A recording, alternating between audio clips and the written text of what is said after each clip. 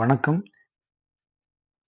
வரும் TNPSC group 4 2024 நடைபெறக்கூடிய தேர்வுக்கு தயாராகிக் கொண்டிருப்பவர்களுக்காக 2013 நடந்த ப்ரீவியஸ் இயர் கொஸ்டினை அனலைஸ் பண்ணிட்டு வரேங்க. அதில் இன்னைய கிளாஸ் என்னன்னா, இன்றைய கிளாஸ்ல ஆப்டிடியூட் அண்ட் மென்டல் எபிலிட்டியில கேட்கப்பட்ட 25 வினாக்களுக்கு விடையை எவ்வாறு காண்பது என்பது பார்ப்போம். இதுல முதல் வினா 2a into 1a equal to 4-1 ஒரு ஈக்குவேஷனும் 2b into 1b equal to 3-7b ஒரு ஈக்குவேஷனும் ரெண்டு ஈக்குவேஷன் நமக்கு கொடுத்துருக்காங்க. அப்படி இருந்தா a மற்றும் b என்பன மிகை முழுக்கள்னு சொல்லிட்டாங்க. அப்படின்னா a பிளஸ் பியோட வேல்யூ என்னன்றது கேட்டிருக்கிறாங்க. சரி, ஓகே. இதுல இப்ப 2a 1aன்றது ஒரு இரண்டு இலக்க எண். 2a என்றது ஒரு ஈரிலக்க எண், 1a என்றது ஒரு ஈரிலக்க எண். இந்த இரண்டு ஈரிலக்க எண்களை பெருக்கும் பொழுது ஒரு மூன்று இலக்க எண் வருதுன்னு சொல்லியிருக்காங்க. ஸோ நம்ம யூனிட் டிஜிட்ல, அதாவது ஒன்றாவது ஸ்தானத்துல என்ன நம்பர் இருக்குதோ அதே நம்பர் தான் பெருக்கி வரக்கூடிய எண்ணிலையும் வரணும் அப்படின்னு சொல்லியிருக்காங்க. இப்ப பாத்துங்கன்னா, பொதுவா பாத்தீங்கன்னா 1 பெருக்கல் 1னா யூனிட் டிஜிட்ல 1 வரும். அதே போல 5 பெருக்கல் 5னா யூனிட் டிஜிட்ல 5 வரும். அதாவது 25 என்பதால் 5 வரும். 6 பெருக்கல் 6னா 36. இதுலயும் யூனிட் டிஜிட்ல 6 வரும். ஸோ நமக்கு இருக்கக்கூடிய வாய்ப்பு என்னன்னா, ஒன்னா ஏவும் பியும் 1, 5, 6 இந்த மூன்று எண்களுக்குள்ள தான் வரணும். இப்ப நம்ம என்ன பண்ணலாம்னா ஒவ்வொன்றா செக் பண்ணலாம். ஃபர்ஸ்ட் 1 போட்டு செக் பண்ணலாம். 21 பெருக்கல் 11. 21 பெருக்கல் 11ஓட வேல்யூ, இது ஷார்ட் ஃபார்மா 11ஆல பெருக்கக்கூடிய எல்லா எண்களுக்கும் ஷார்ட்டா நம்ம என்ன பண்ணலாம்னா, இதுல முதல் டிஜிட்டை அப்படியே வச்சுக்கோங்க. அடுத்தடுத்த எண்களை அப்படியே கூட்டி போட்டுக்கோங்க. 1, 2, 3, அப்புறம் 2, 231 வரும். ஸோ 211 × 21னா 231 வரும். ஸோ 231 இங்க வர்றதுக்கு வாய்ப்பே இல்லை. ஏன்னா 41 இருக்கு, இங்க 37 இருக்கு. ஸோ ஏவோட வேல்யூ அல்ல பியோட வேல்யூ 1 வர்றதுக்கு வாய்ப்பு இல்லை. ஸோ இது கேன்சல் பண்ணிடலாம். இப்ப இருக்கிறதுக்கு வாய்ப்பு என்னன்னா, ஒன்னா 5 இருக்கும், இல்லைன்னா 6 இருக்கும். அதுதான் சான்ஸ். ஸோ இப்ப என்ன பண்ணலாம், 25 பெருக்கல் 15 செக் பண்ணி பார்க்கலாம். ஓகே. இப்ப 15 75க்கு 5 மீதி 7. 2 15 30, 30 7 37. ஸோ இந்த செகண்ட் ஈக்குவேஷன்ல பாருங்க. செகண்ட் ஈக்குவேஷன்ல 2717 2515 போட்டோம்னா 375 வந்துடுது. ஸோ பியோட வேல்யூ நமக்கு 5. நெக்ஸ்ட் 6ன்னு சப்ஸ்டிட் பண்ணி பார்க்கலாம். 26 பெருக்கல் 16. இது செக் பண்ணி பார்க்கலாம். 6 16 96க்கு 6 மீதி 9. 2 16 32 32 9 41. ஸோ பியோட ஏவோட வேல்யூ வந்து 6, ஏவோட வேல்யூ வந்து 6, பியோட வேல்யூ வந்து 5. ஸோ நமக்கு ஏவும் பியும் ஆட் பண்ணாங்கன்னா 11. So answer B. Okay, next question பார்க்கலாம். இந்த கொஸ்டின்ல பின்வரும் எண்கள் தொடர் வரிசையில் பொருந்தாத எண்ணை கண்டுபிடிக்கணும்னு கொடுத்துருக்காங்க. ஸோ என்ன எண் வரிசை கொடுத்துருக்காங்கன்னா 1, 144, 16, 25, 49, 81, 121, 36, 62. இந்த எண்களை கொஞ்சம் கவனிச்சிங்கன்னா ஒரு தொடர்பு இருக்கிறத நம்ம கண்டுபிடிக்க முடியும். 1னா 1 ஸ்கொயர் எழுதலாம். 144னா 12 ஸ்கொயர், அதாவது 12 பெருக்கல் 12னா 144. 16னா 4 ஸ்கொயர், 4 16. 25னா 5 ஸ்கொயர்னு எழுதலாம். ஏன்னா ஸ்கொயர்னாவே அந்த எண்களை மீண்டும் மீண்டும் பெருக்கணும்னு அர்த்தம். 5 ஸ்கொயர்னா 25. 49னா 7 ஸ்கொயர். 81னா 9 ஸ்கொயர். 121னா 11 ஸ்கொயர். 36னா 6 ஸ்கொயர். 62 நம்மளால எழுத முடியாது. ஏன்னா 62 என்பது ஒரு வர்க்க எண் அல்ல. மற்ற எல்லா எண்களுமே பார்த்தோம்னா வர்க்க எண். இது மட்டும் வர்க்க எண் இல்லை. நம்ம 62 எழுதணும்னா 8 8 64 தான் எழுத முடியும். 62 நம்மளால எழுத முடியாது. So answer D. Next question. இந்த கொஸ்டின்ல 2011 2012க்கான உலக தேயிலை உற்பத்தியில் 5 நாடுகளின் பங்கு கொடுத்திருக்கிறாங்க. ஏ என்ற நாடு வந்து உலக தேயிலை உற்பத்தியில வந்து 30%, பி என்ற நாடு 25%, சி என்ற நாடு 10%, டின்ற நாடு 20%, ஈன்ற நாடு 15% ப்ரொடக்ட் பண்ணுது. அதனுடைய ப்ரொடக்ஷனை வந்து சப்ஸ்டாண்ட் பண்ணுது. அந்த இந்த இந்த அப்படின்னா ஈ நாடு வந்து 15% அது உற்பத்தி பண்ணுதுன்னா அதுல இந்த இடத்துல தாங்கக்கூடிய ஆங்கிள் எவ்வளவுன்னு கேட்டிருக்காங்க. என்னது இந்த கோணம் எவ்வளவு அப்படின்னு கேட்டிருக்காங்க. ஓகே, இப்ப நமக்கு தெரியும் பர்சன்டேஜ்னாவே என்னது 100க்கு கன்வெர்ட் பண்றதுன்னு தெரியும், 100க்கு அப்படின்னு. அப்ப இப்ப இந்த மொத்த ஆங்கிள் எவ்வளவுனா 360 டிகிரி. ஒரு வட்டம் மையத்தில் தாங்கக்கூடிய கோணத்தினுடைய அளவு மொத்த அளவு 360 டிகிரி. இது நமக்கு தெரியும். இங்க 15% சொல்லியிருக்காங்க.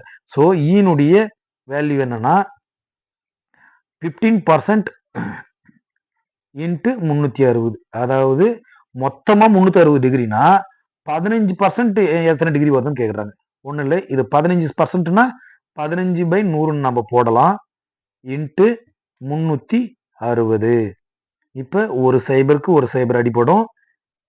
3 5 15, 2 5 10, 4 2 18 2 36.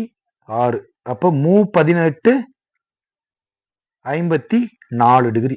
ஸோ அந்த ஈ வந்து ஈன்ற நாட்டுல இந்த தாங்கக்கூடிய கோணத்தினுடைய அளவு எவ்வளவுன்னா 54 degree. Next question.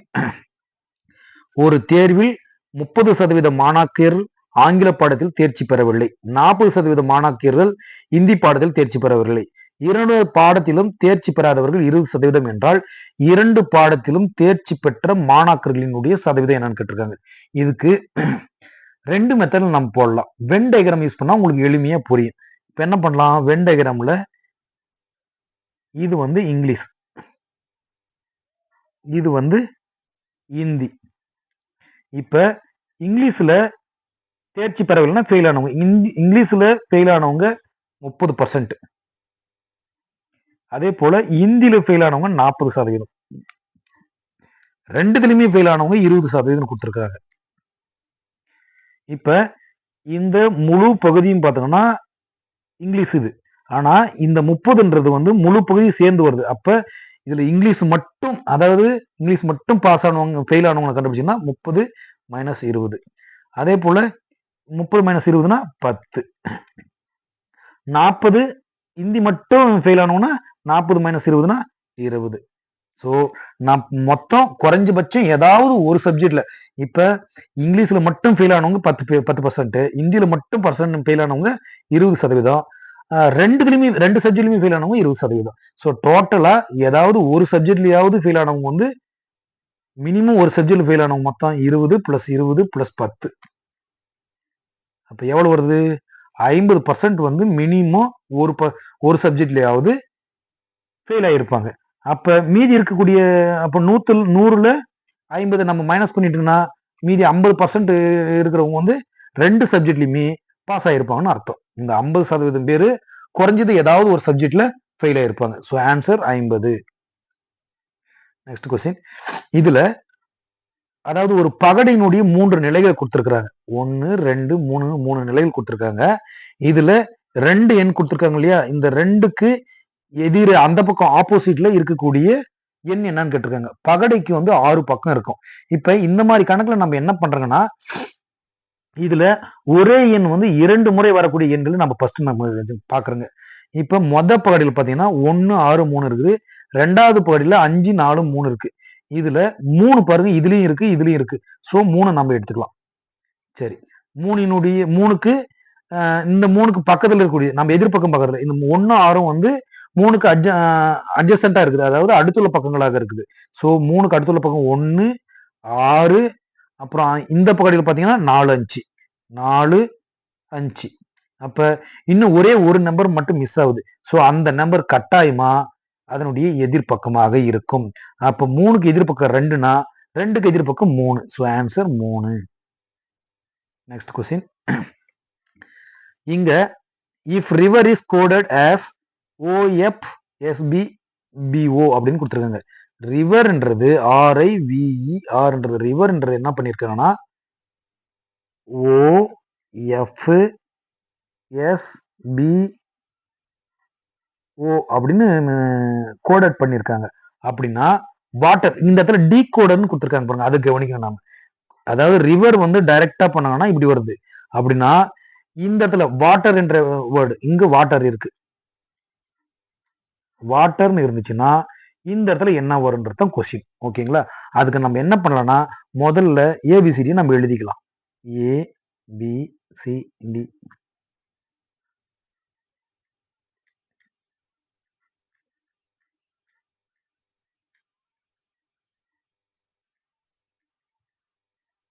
D U V W X Y Z. சரி, இங்க ஆர் ஆர்ல இருந்து ஓ எங்க இருக்குது பாருங்க. ஆர் வந்து இங்க இருக்கு. ஒரு 3 எழுத்து லெட்டர்ஸ்க்கு முன்னாடி பேக்வேர்டு வந்து ஓ கொடுத்துருக்காங்க. ஐ பாருங்க, ஐ இருக்குது. ஐக்கு 3 லெட்டர்ஸ் பேக்வேர்டு வந்து எஃப் கொடுத்துருக்காங்க. 3 லெட்டர்ஸ் பேக்வேர்டு வந்திருக்காங்க. அதே போல வி இருக்கு. விக்கு 3 லெட்டர்ஸ் பேக்வேர்டு வந்தா எஸ். அப்புறம் இ இருக்கு. இக்கு 3 லெட்டர்ஸ், இக்கு 3 லெட்டர்ஸ் பேக்வேர்டு வந்தா பி. ஆர்க்கு 3 லெட்டர்ஸ் பேக்வேர்டு வந்தா ஓ. அப்படின்னா இது வந்து பேக்வேர்டு வந்திருக்கிறாங்க. இந்த எழுத்துல இருந்து இங்க இதுக்கு வரணும் பேக்வேர்டு. அப்ப இதுல இருந்து இப்படி ரிவர்ஸ் பண்ணா ஃபார்வர்ட் போகணும். அப்ப டபிள்யூனுடைய 3 லெட்டர்ஸ் ஃபார்வர்ட் போனோம்னா என்ன வரும்? ஃபார்வர்டு என்ன வரும்? Z. So Z.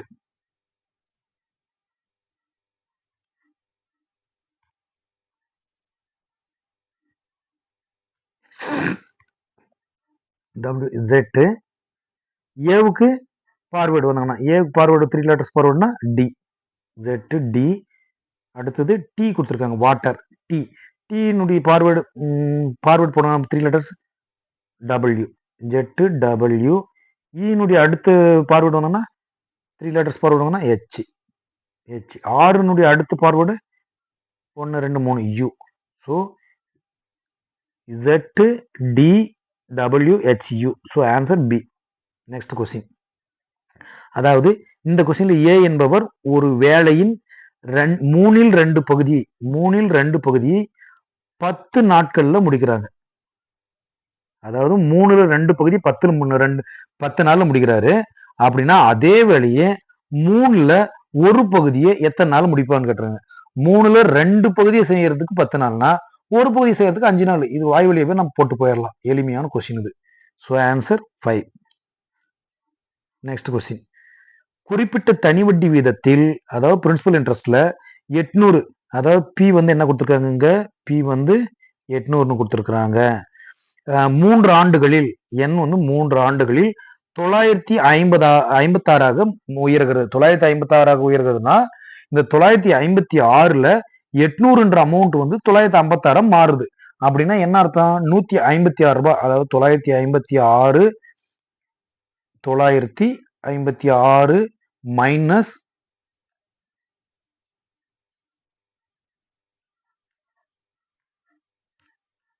956 minus 800. 956 minus 800 எவ்வளவு வருது? 156. இந்த 156 என்பது தனி வட்டி, 3 வருஷத்துக்கு தனி வட்டி. அப்படின்னா தனி வட்டியை வந்து இது ஒரு பர்டிகுலர் இன்ட்ரெஸ்ட்ல வந்து வாங்கும் பொழுது 156 ரூபாய் வட்டி கிடைக்குது. அப்ப அந்த வட்டியை வந்து 4% இன்க்ரீஸ் பண்ணுங்கன்னா அந்த 800ன்ற பிரின்சிபல் அமௌண்ட் வந்து எவ்வளவா மாறணும் கொஸ்டின் கேட்டிருக்காங்க. இப்ப நம்ம என்ன பண்ணலாம்னா இந்த தகவலை வச்சுட்டு ஃபர்ஸ்ட் ரேட் ஆஃப் இன்ட்ரெஸ்ட் கண்டுபிடிச்சிடலாம். ஸோ ரேட் ஆஃப் இன்ட்ரெஸ்ட் கண்டுபிடிக்கணும்னா I is equal to PNR by 100 நமக்கு தெரியும். ஓகேங்களா?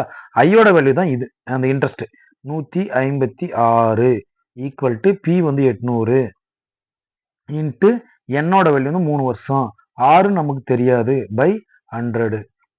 2 சைபருக்கு 2 சைபர். ஓரிட்டு இதுல ஓரிட்டு மீதி 8ஆல் வராது. 2 8, இதுல 3 12, 3 12 மீதி 36, 9 36. ஓர் 3 13 3 39. அப்ப ஆர் இஸ் ஈக்குவல் டு 13/2. அப்ப ஆரோட வேல்யூ வந்து 6.5%. 6% வந்து ஆரோட வேல்யூ வருது. இப்ப இந்த 6% ஆனது என்ன பண்றாங்கன்னா ஒரு 4% இன்க்ரீஸ் பண்றாங்க. 4% இன்க்ரீஸ் பண்ணிட்டு 3 வருஷத்துக்கு எவ்வளவு வருதுன்னு கேட்டிருக்காங்க. ஸோ 6%க்கு 6%ஓட 4% ஆட் பண்ணா 10%. இப்ப 10%க்கு நம்ம கால்குலேட் பண்ணலாம். ஓகேங்களா? 10% கால்குலேட் பண்ணும்போது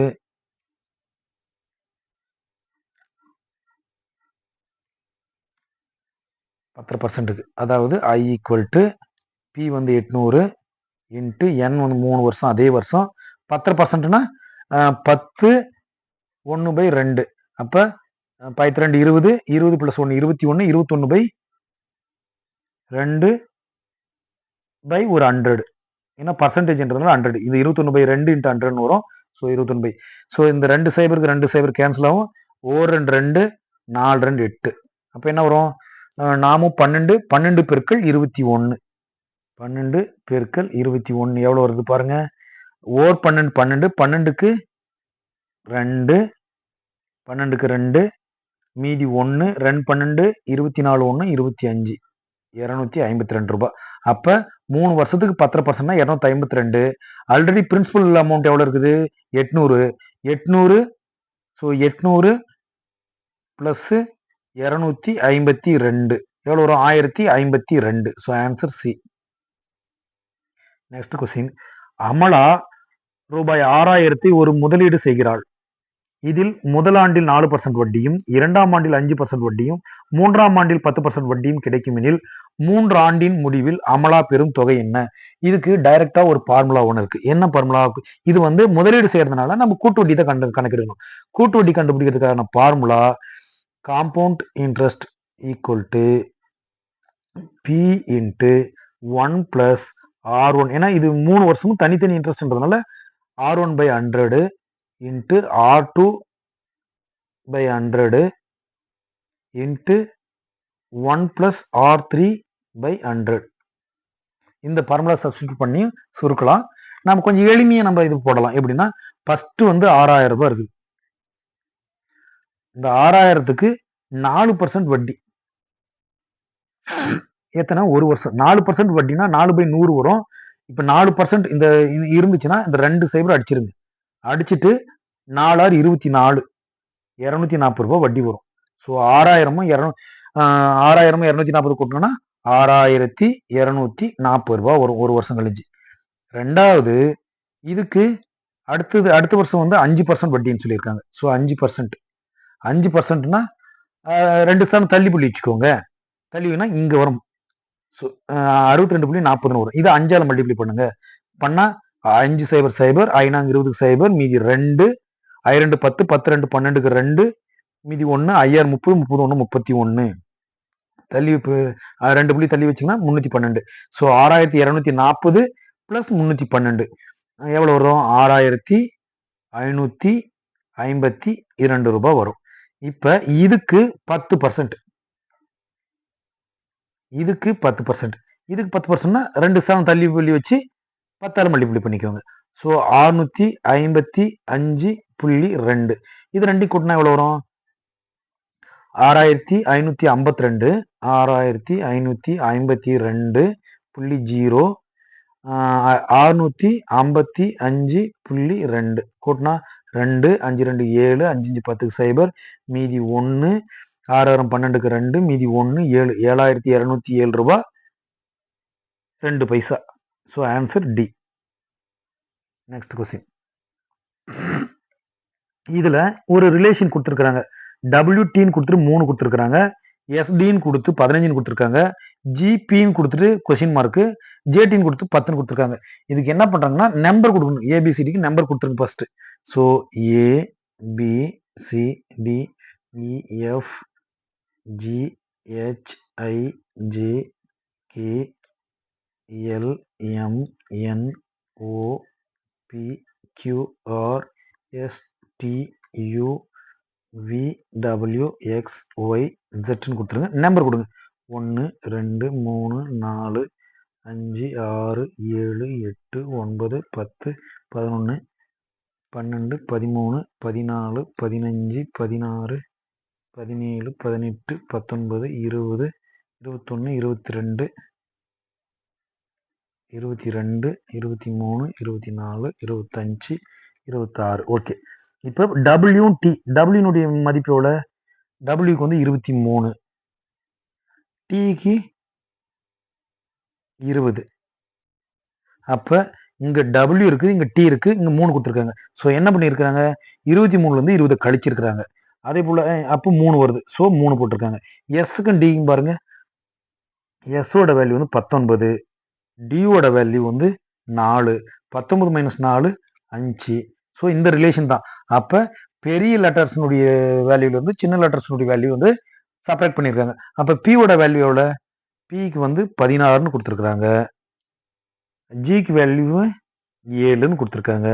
16 மைனஸ் 7 ஆன்சர் 9. ஸோ இந்த கொஸ்டின் மார்க் போட்டுங்கிற இடத்துல 9ன்னு வரும். A answer right. Next question, பின்வரும் தொடர் வரிசையில் தவறான எண் என்னன்னு கேட்டிருக்காங்க. ஒண்ணு இல்ல, 623, 251, 543, 356. இதை இந்த மாதிரி எண்கள் கொடுத்தோம்னா கொஞ்சம் கூர்ந்து கவனிக்கணும். ஒன்னா வர்க்க எண்ணா இருக்குதா, இல்ல கன எண்ணா இருக்கா, இல்ல பகு எண்ணா இருக்குதா, இல்ல பகா எண்ணா இருக்குதான்னு கொஞ்சம் பார்த்தோம்னா நம்மளால ஈஸியா கண்டுபிடிக்கலாம். இதுல நம்ம இடத்த உடனே பார்த்தோம்னா 623, 251, 543, 356 கொடுத்துருக்காங்க. இது எடுத்த உடனே பார்த்த உடனே பாருங்க, 623, 251, 543, 356 கொடுத்துருக்காங்க. இதுல 3 எண்ணும் பாத்தீங்கன்னா ஒற்றை எண்ணா இருக்குது, இது இரட்டை எண்ணா இருக்குது. இதை வச்சு 356 ஆன்சர் போடலாம். டி ஆப்ஷன்ல இருக்கக்கூடியது நம்ம போடலாம். டி ஆப்ஷன்ல 356 இருக்கும். ஆனா நமக்கு டிஎன்பிசி கொடுத்துருக்கூடிய ஆன்சர் என்ன கொடுத்துருக்காங்கன்னா, இது அடுத்தது வந்து 2வது வகுப்படுதுன்னு பாத்தங்க. 3வது வகுப்படு தான் பாருங்க. 623 3வது வகுப்படுதுன்னா இலக்கங்களினுடைய கூடுதல் வந்து 3ஆல் வகுப்படும். இதுதான் கண்டிஷன். அப்ப 623 6 2 8 8 3 11. இதுக்கு 11 வருது. 5 2 7 7 1 8. இதுவும் வகுப்படாது. 5 4 9 9 3 12. அப்ப இது வகுப்படும். 543 வகுப்படும். 356 பாருங்க. 5 3 8 8 6 14. அப்ப இது வகுப்படாது. இந்த 543 மட்டும் 3ஆல வகுப்படும். அப்ப அந்த கண்டிஷனை யூஸ் பண்ணி தான் இந்த 543 சூஸ் பண்ணியிருக்கிறாங்க. ஓகே, நெக்ஸ்ட் கொஸ்டின், பின்வரும் தொடர் வரிசையில் தவறான எண் எதுன்னு கேட்டிருக்காங்க. 121, 264, 312, 462, 583. இதை கொஞ்சம் கவனிச்சீங்கன்னா 121 பாருங்க, 121 11 வகுப்படும். 264 பாத்தீங்கன்னா 121 பை 11னா 11 11 11 221 வரும்.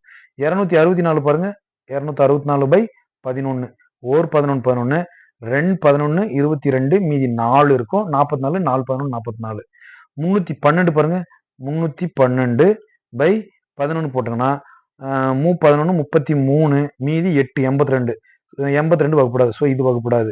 அடுத்தது 462 பாருங்க, 462 பை 11 4 11 44 மீதி 2 2 11 22 583. அடுத்தது பை 11 ஓர் 11 11 11 55 மீதி 3 3 11 33. ஸோ 311 12 தான் 11 வகுப்படாது. ஸோ அது தவறான எண் வந்து 312. Answer D. நெக்ஸ்ட் கொஸ்டின்,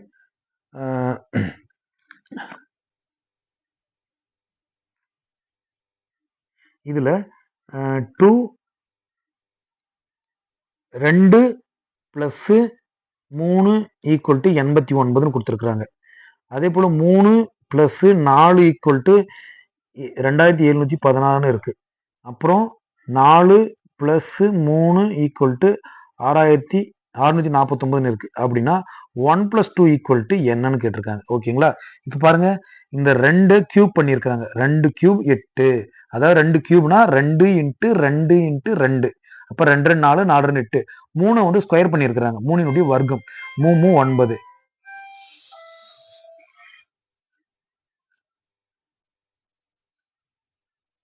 அப்புறம் 3 கியூப் பண்ணியிருக்காங்க. 3 9 9 27. நன்னாங்க 16. அப்ப இதை ஸ்கொயர் பண்ணியிருக்கிறாங்க. அடுத்தது 4 வந்து கியூப் பண்ணியிருக்காங்க. நன்னாங்க 16 நாங்க 64. 3 9. இப்ப அதே போல 1 கியூபு 2 ஸ்கொயர் என்ன வரும்? 1 2 4 14. So answer B.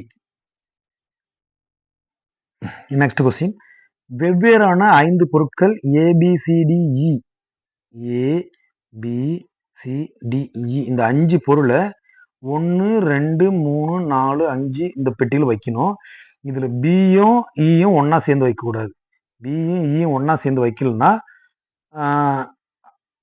அப்படின்னா எத்தனை பொருட்கள் வந்து பொருட்கள் வைக்காத எம்டி பாக்ஸ் எத்தனை இருக்குன்னு சொல்லி கேட்டிருக்கிறாங்க. ஓகே, இப்ப ஈயை மட்டும் தனிச்சு விட்டுட்டுன்னா மீதி 4யும் ஒரு பாக்ஸ்ல போட்டுக்கோங்க. ABCD 4யும் 1வது பாக்ஸ்ல போடுங்க. பி சி டியில் ஒரு நாள் போட்டிருக்காங்க. இஏ மட்டும் செகண்ட் பாக்ஸில் போடுங்க. போட்டாங்கன்னா 3 பாக்ஸ் எம்டியாக இருக்கும். 3 4 5 எம்டியாக இருக்கும். So answer C. Next question. இதில் 2000 முதல் 2009 வரை எத்தனை ஆண்டுகள் அறிவியல் புத்தகங்கள் கலை புத்தகங்களை விட அதிகமாக விற்பனை செய்யப்பட்டுள்ளதுன்னு கேட்டிருக்காங்க. இப்போ அறிவியல் புத்தகங்கள் வந்து ஸ்ட்ரைட் லைனா கொடுத்துருக்காங்க, கலை புத்தகங்களும் டாட்டட் லைனா கொடுத்துருக்காங்க. இப்போ அறிவியல் புத்தகங்கள் தான் அறிவியல் புத்தகங்களை விட கலை புத்தகங்கள் கலை புத்தகங்களை விட அதிகமாக விற்று. அப்ப அறிவியல் புத்தகங்களும் அதிகமாக வித்திருக்கணும். அப்ப எந்தெந்த ஆண்டு? 2002, 2003, ஏன்னா மேல இருக்கிறத மட்டும் எடுத்துக்கணும். 2004, அப்புறம் 2005, 2006 வந்து கீழே வந்துருச்சு, டவுன் ஆயிடுச்சு. 2007, 2008, அவ்வளவுதான். எந்த வருஷம் வருதுங்க? 2000ல இருந்து 2009 வரைக்கும் தான். 2009க்குள்ள வந்துட்டு எத்தனை வருஷம்? 2, 4, 6 வருஷம். ஸோ 6 ஆண்டுகள் வந்து அறிவியல் புத்தகம் வந்து கலை புத்தகங்களை விட அதிகமாக வித்திருக்கும். Next question. AKLRU என்ற ஐவர் ஒரு வட்ட மேசையை சுற்றி அமைகின்றனர். என்ன பண்றாங்க? வட்ட மேசையில அமர்றாங்கன்னு வச்சுக்கோங்களேன். இதுல யூக்கு இடப்பக்கத்தில் கேவும், இப்ப இந்த இடத்துல யூ இருக்கிறாருன்னு நம்ம எடுத்துக்கலாம். யூக்கு இடப்பக்கம். யூக்கு இடப்பக்கம்னா இந்த சைடு, இதுதான் யூனுடைய இடப்பக்கம். இது ஏன்னா உள்பக்கமா பார்த்த மாதிரி தான் உட்காடுறாங்க. யூனுடைய இடப்பக்கம். இப்ப இது வந்து ரைட் சைடு, இது லெஃப்ட் சைடு. ஸோ யூனுடைய இடப்பக்கம் வந்து கே இருக்கிறாரு, இங்க இருக்கிறாரு கே. மற்றும் ஏவுக்கும் யூவுக்கும் இடையில ஆர் இருக்கிறாரு. ஏவுக்கும் யூவுக்கும்.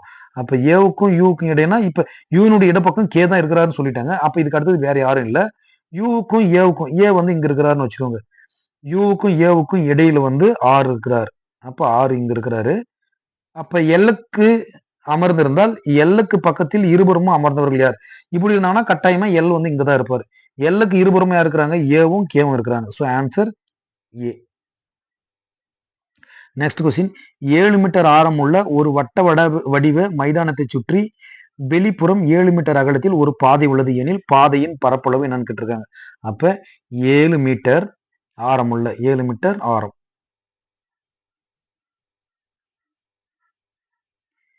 7 மீட்டர் ஆரம் உள்ள ஒரு வட்ட வடிவ மைதானத்தை சுற்றி வெளிப்புறம் 7 மீட்டர், இது வந்து 7 மீட்டர் அகலம் சொல்லியிருக்காங்க. 7 மீட்டர் அகலத்தில் ஒரு பாதை உள்ளது எனில் பாதையின் பரப்பளவு என்ன கேட்டிருக்காங்க.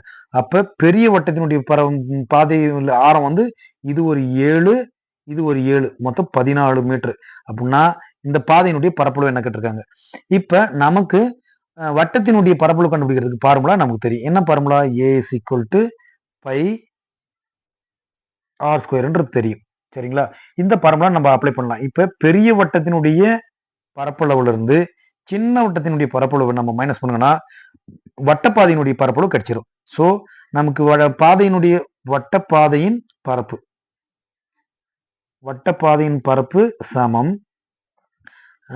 By into R square minus R square. இதுதான் ஃபார்முலா. ஸோ பையை வந்து 22/7, ஆர் ஸ்கொயர்னா 14 ஸ்கொயர் மைனஸ் 7 ஸ்கொயர். இப்போ என்ன பண்ணலாம்? இது A square minus B square என்ற ஃபார்முலா வடிவில் இருக்குது. அப்போ A minus B into A plus பின்னு போடலாம். ஸோ 22/7 இன்ட்டு 14 பிளஸ் 7னா 21 இன்ட்டு 14 மைனஸ் 7னா 7. ஸோ ஓர் 7 ஓர் 7 2 21. இப்போ பெருக்கலாம் 22 பெருக்கல் 21. அப்போ 2 21 42, மீண்டும் 42. ஸோ 2 4 2 6 4 462. அப்போ 400, இதனுடைய வேல்யூ வந்து 462 சதுர centimetre. So answer C. Okay, next question. A ஒரு வேலையை 12 நாள்ல முடிக்கிறாருன்னு கொடுத்துருக்காங்க. அப்ப ஏனுடைய ஒரு நாள் வேலை 12ல ஒரு பங்கு. பி வந்து அந்த வேலையை 6 நாள் முடிச்சா அவருடைய ஒரு நாள் வேலை 6ல ஒரு பங்கு. சிக்கு வந்து 3 நாள் சொல்லியிருக்காங்க. அப்போ 3ல ஒரு பங்கு ஒரு நாளைக்கு முடிப்பாரு. இப்ப ஏவும் பியும் ஒரு வேலையை ஃபர்ஸ்ட் ஸ்டார்ட் பண்ணிடுறாங்க. அந்த வேலையை ஸ்டார்ட் பண்ணிட்டு பிறகுதான் ஏவும் பியும் ஆரம்பிச்சிடறாங்க. A and B start to working together and after இடே ஒரு நாள் கழிச்சு சி ஜாயின் தம். ஒரு நாள் கழிச்சு ஏவும் பியும் ஸ்டார்ட் பண்ண பிறகு சி வந்து ஜாயின் பண்றாரு. அப்படின்னா ஏவும் பியும் எக்ஸ் நாள்ல ஒர்க் பண்ணி முடிப்பாங்க. சி வந்து ஒரு நாள் குறைவா ஆகும் சிக்கு. அப்ப ஏபிசி 3 பேரும் சேர்ந்து அந்த ஒர்க்கை முடிக்கும் போது ஏவும் பியும் வந்து எக்ஸ் நாள் வேலை செஞ்சிருப்பாங்க. சி வந்து எக்ஸ் மைனஸ் ஒரு நாள் செஞ்சிருப்பாங்க. ஸோ அப்படின்னு பார்த்தீங்கன்னா x by 12 plus x by 6 plus x minus 1 by 3 equal to ஒரு வேலை 1. ஸோ இம்ப்ளைஸ் இது 12ஆல மல்டிப்ளை பண்ணோம்னா இங்க 12 கேன்சல் ஆயிரும். ஸோ எக்ஸ் நெக்ஸ்ட் இதுல 6 ஒரு 6 2 12 2 எக்ஸ் பிளஸ் ஓர் மூவு 4 12 அப்போ 4 எக்ஸ் மைனஸ் 4 ஈக்குவல் டு ஓர் 12 12. இப்போ நம்மளுக்கு என்ன வருது? ஒரு X 2 X 3 X 7 X. So 7 X minus 4 அந்த பக்கம் வச்சுன்னா பிளஸ் 4. ஸோ 12 நாளும் 16. So x is equal to 16 by 7 16 by 7 equal to 2 14 மீதி 2 பை 7. அப்போ 2 பை 7 நாள் வந்து முடிப்பாங்க அவங்க 3 பேரும் சேர்ந்து. Answer A. நெக்ஸ்ட் கொஸ்டின், கூட்டு வட்டி முறையில் ஒரு தொகையானது 2 ஆண்டுகளில் 9 மடங்காகிறது அப்படின்னு கொடுத்துருக்காங்க. அப்ப பி என்ற ஒரு தொகை 2 ஆண்டுகள்ல 9 மடங்காகுதுன்னு சொல்லியிருக்காங்க. அப்படின்னா ரேட் ஆஃப் இன்ட்ரெஸ்ட் என்னன்னு கேட்டிருக்காங்க. ஓகே, இப்போ கூட்டு வட்டிக்கான ஃபார்முலா நமக்கு தெரியும். Compound interest equal to P into 1 plus R by 100 power என்ன்ற ஃபார்முலா தெரியும். இப்போ பின்ற அமௌண்ட்டு 2 ஆண்டுகள்ல 9 மடங்கு ஆகுது. அப்போ 9பின்னு வச்சுக்கலாம். 9p equal to P into 1 plus R by 100 power 2.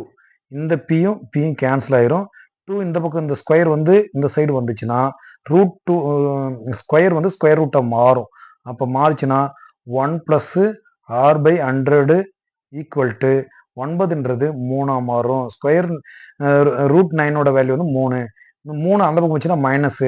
So R by 100 equal to 3 minus 1னா 2. So R is equal to 200%. So answer 200. Next question, இது நல்ல question. Root of X square 3 4ன்னு கொடுத்துருக்காங்க. இப்போ என்ன பண்ணலாம்னா இது ஃபர்ஸ்ட் ஸ்டெப்ல 4 அப்படியே வச்சுக்கலாம். இது எக்ஸ் ஸ்கொயர் பவர் 1/3ன்னு எழுதலாம். இந்த 3 வந்து நம்ம டிவிஷனில் போட்டு எழுதலாம். நெக்ஸ்ட் ஸ்டெப்ல எக்ஸ் ஸ்கொயர் இந்த A power M that whole power எம்ன்ற படி பார்த்தோம்னா ஏ பவர் எம் இன் என் எழுதலாம். ஸோ ஏ பவர் எம் என்னன்னா A power X power 2/3 X power 2/3 power மறுபடியும் 1/4 equal to X power 2/3 into 1/4. ஓர் 2 இங்கே 2 4. So X power 1/6 3 2 6. So X power 1/6 answer. Yes the answer. Next question, இதில் இந்த பிக்சரில் ஃபர்ஸ்ட் பிக்சர் பாருங்க, இப்படி கொடுத்து இப்படி கொடுத்துருக்குறாங்க. ஒரு ஸ்டெப் இருக்குது. இதை அப்படியே ரிவர்ஸ் பண்ணி 1 பண்ணியிருக்காங்க. இது 2 கொடுத்துருக்காங்க. இந்த இந்த இதை வந்து என்ன பண்ணிருக்காங்க, அடுத்தது 1 நீட்டி இருக்காங்க. இந்த டைரக்ஷன் நீட்டி இருக்கிறாங்க. இங்க இருக்கிறது இப்படி நீட்டி இருக்கிறாங்க. நெக்ஸ்ட் இருக்கிறது அப்படியே 1 நீட்டி இருக்கிறாங்க. அதே போல இது 1 இறக்கி வேண்டியதுதான். 1 2 1 இறக்கணும். அப்ப ஆன்சர் பி. ஃபர்ஸ்ட் பிக்சருக்கு லெஃப்ட் சைடில் 1 நீட்டி இருக்கிறாங்க மேலே. செகண்ட் பிக்சர்ல ரைட் சைடில் 1 இறக்கிருங்க. அவ்வளோதான். So answer B. Next question, 43 91 183 ஆகிய எண்களை எந்த மிகப்பெரிய எண்ணால் வகுக்கும் பொழுது மீதி சம்மாக கிடைக்கும்? Find the greatest number that will divide 43 91 183 so as to leave the same remainder in each case.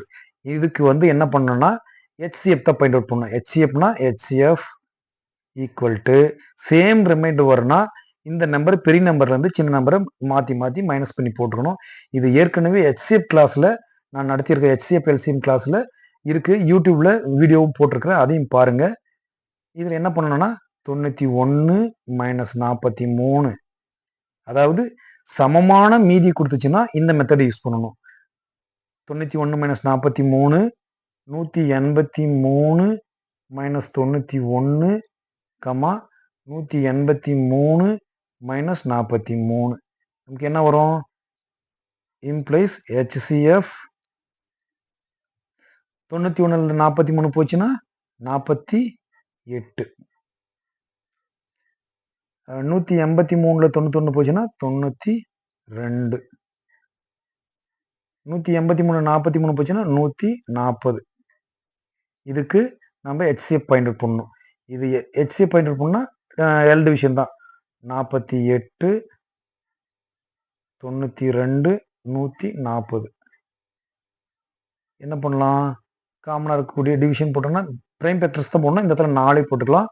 12 48 2 8 மீதி 1 12 3 12 3 12 மீதி 2 5. இதுக்கு மேல ஏதாவது காமனா இருக்குமா? ஏன்னா இருக்காது. ஏன்னா இங்க 23ன்றது prime factor. So 4. So HCF வந்து 4. ஆன்சர். நெக்ஸ்ட் கணக்கு. The number of pairs lying between 40 and 100 with their HCF as 15. அதாவது HCF வந்து 15. HCF 15 வர மாதிரி 40க்கும் 60க்கும் 100க்கும் இடையில எத்தனை இணைகள் இருக்குன்னு சரி கேட்டிருக்காங்க. ஸோ 40க்கும் 100க்கும் இடையில இருக்கக்கூடிய 15ஆல் வகுப்படக்கூடிய எண்கள் பார்த்தீங்கன்னா 45 60 75 90. இப்போ பேர் நம்ம மேட்ச் பண்ணோம்னா 45 60. 45 60க்குனுடைய HCF வந்து 15. அடுத்தது 45 75 போட்டோம்னா இதுக்கும் HCF வந்து 15 தான். அடுத்தது 45 90 போடுங்க. இதனுடைய HCF வந்து 45. நெக்ஸ்ட் 60 75 இதனுடைய HCF வந்து 15. 60 90 60 90னுடைய HCF வந்து 30. நெக்ஸ்ட் 75 90 இதுக்கு HCF வந்து 15. ஸோ நமக்கு வரக்கூடியது 1 2 3 4. So answer B. Next question. ஒரு வட்டமான தோட்டத்தை சுற்றி ஒரே நேரத்தில் துவங்கி ஏபிசிடி என்பவர்கள் ஒரே திசையில் ஓடுகின்றனர். ஒரு முறை சுற்றி வர ஏபிசிடி என்பவர்கள் எடுத்துக்கொள்ளும் கால அளவு 30 நிமிடங்கள் 60 நிமிடங்கள். ஏவுக்கு 30 நிமிடம், பிக்கு ஒரு வட்ட வடிவ தோட்டம் இருக்கு. அந்த தோட்டத்தை வந்து ஏ பி சி டி இந்த 4 பேரும் ஒரு இடத்துல ஸ்டார்ட் பண்ணி சுத்தி வராங்க. ஏவுக்கு வந்து ஒரு முறை சுத்தி வர்றதுக்கு 30 நிமிடம், பிக்கு 60 நிமிடம், சிக்கு 90 நிமிடம் ஆகுது, அண்ட் டிக்கு வந்து 105 நிமிடம் ஆகுது. அப்படின்னா துவக்க புள்ளியில் எத்தனை மணிக்கு பிறகு இவர்கள் மீண்டும் சந்திப்பாங்க? இப்ப ஏல ஸ்டார்ட் பண்ணிடுறாங்க. இப்ப 0 ஹவர்ஸ்ல ஸ்டார்ட் பண்றாங்க. இப்ப ஏ வந்து 30 நிமிடம் கழிச்சு தான் இங்க வருவாரு. பி வந்து 60 நிமிடம் கழிச்சு வருவாரு. சி வந்து 90 நிமிடம் கழிச்சு வருவாரு. டி வந்து 105 நிமிஷம் கழிச்சு வருவாரு. அப்படின்னா மீண்டும் ஏபிசி 3 பேரும் இந்த இடத்துல எப்ப மீட் பண்ணுவோம்னு கேட்டிருக்காங்க. அப்ப இதுக்கு ஆன்சர் என்னன்னா எல்சிஎம் தான் பாயிண்ட் அவுட் பண்ணணும். மீ சி மா மீ போ மா அதாவது எல்சிஎம் மீச்சிறு பொது மடங்கு. இப்ப என்ன பண்ணலாம்? இதுக்கு 5 காமன் ஃபேக்டரை போடுங்க. 6 5 30 12 5 60 18 5 90 21 5 105. நெக்ஸ்ட் 3 போடுங்க. 2 6 4 12 6 18 7 21. அடுத்தது 2 போடலாம். 1 2 2 2 4 3 2 6 7. அவ்வளவுதான். அப்ப என்ன வரும்? இதுக்கு மேல நம்ம கொண்டு போக தேவையில்லை. ஏன்னா இது 1 2 3 7னுடைய காமன் ஃபேக்டர் வந்து 1 தான். அதனால இதோட நிறுத்திக்கலாம். ஸோ நம்மளுக்கு எல்சிஎம் என்ன வரும்? 5 பெருக்கல் 3 பெருக்கல் 2 பெருக்கல் 1 பெருக்கல் 2 பெருக்கல் 3 பெருக்கல் 7. இதை மல்டிப்ளை பண்ணா என்ன வரும்? 5 15 5 15 2 15 30 2 30 60 3 60 180 180 இன்ட்டு 7 180 இன்ட்டு 7 என்ன வருது? 0 7 8 56 6 மீதி 5 ஒரு 7 7 7 5 12 1260 1260 நிமிடங்களுக்கு பிறகு இது வந்து நிமிடம் 1260 நிமிடங்களுக்கு பிறகு மீண்டும் அவங்க சந்திக்கும்னு சொல்லியிருக்காங்க. இப்போ 1260 நாம என்ன பண்ணணும்னா மணியா கன்வெர்ட் பண்ணணும். 1260 பை 60 ஒரு சைபருக்கு சைபர் ஒரு சைபருக்கு சைபர் ஓரார் 6 2ஆர் 12 ஓரார் 6 ஸோ 21 மணி நேரத்துக்கு பிறகு மீண்டும் சந்திக்குவாங்க. 21 சி ஆன்சர். நெக்ஸ்ட் கொஸ்டின் எண்கள் 15 25 40 மற்றும் 75ஆல் வகுப்படக்கூடிய மிகப்பெரிய 4 இலக்க எண். அப்ப மிகப்பெரிய 4 இலக்க எண்னா நம்ம ஃபர்ஸ்ட் வந்து இந்த 15 25 40 75க்கு எல்சிஎம் பயன்படுத்த பண்றாங்க. ஸோ எல்சிஎம்னா எல் டிவிஷன் போடுங்க. 15 25 40 75 எல்சிஎம் பயன்படுத்த பண்ணிட்டு 5 போடலாங்களா? 5 3 5 15 5 25 8 5 40 15 5 75. இப்போ மறுபடியும் என்ன போடலாம்? 3 போடலாம். ஓர் 3 5 8 இதுல 5 15 மறுபடியும் 5 போடலாம். 5 போட்டோங்கன்னா 1 1 8 1. இப்போ என்ன வரும் எல்சிஎம்? 5 பெருக்கல் 3 பெருக்கல் 5 பெருக்கல் 8 8 5 40 3 40 120 5 120 600. அப்போ 600. அப்போ எல்சிஎம் வந்து 600. இங்க என்ன கொஸ்டின் கேட்டிருக்காங்க? 4 இலக்க மிகப்பெரிய எண் கேட்டிருக்காங்க. இந்த 4 இலக்க மிகப்பெரிய எண் வந்து 9999 தான் 4 இலக்க மிகப்பெரிய எண். இதை வந்து 600ஆல நம்ம டிவைட் பண்றோங்க. டிவைட் பண்ணோம்னா 999 ஒரு டைம் வரும் 600 மீதி 399 9 இறக்குவாங்க. இப்ப 6 டைம் ஒரு 6 6 36 3600 மீதி 399. அப்ப 9999ல 399 கழிச்சிட்டோங்கன்னா எவ்வளவு வருது? 9600. 9600 தான் இந்த 4 எண்களால வகுப்படக்கூடிய மிகப்பெரிய 4 இலக்க எண். ஸோ ஆன்சர் ஏ. இந்த வீடியோ உங்களுக்கு பயனுள்ளதா இருக்குன்னு நம்புறேன். இன்னும் வேற ஏதாவது கொஸ்டின் உங்களுக்கு வந்து அனலைஸ் பண்ணணும் அப்படின்னா கமெண்ட் பாக்ஸ்ல வந்து உங்களுடைய கமெண்ட்ஸை போடுங்க. உங்களுக்கு நான் எக்ஸ்பிளனேஷன் கொடுக்குறேன். தேங்க்யூ.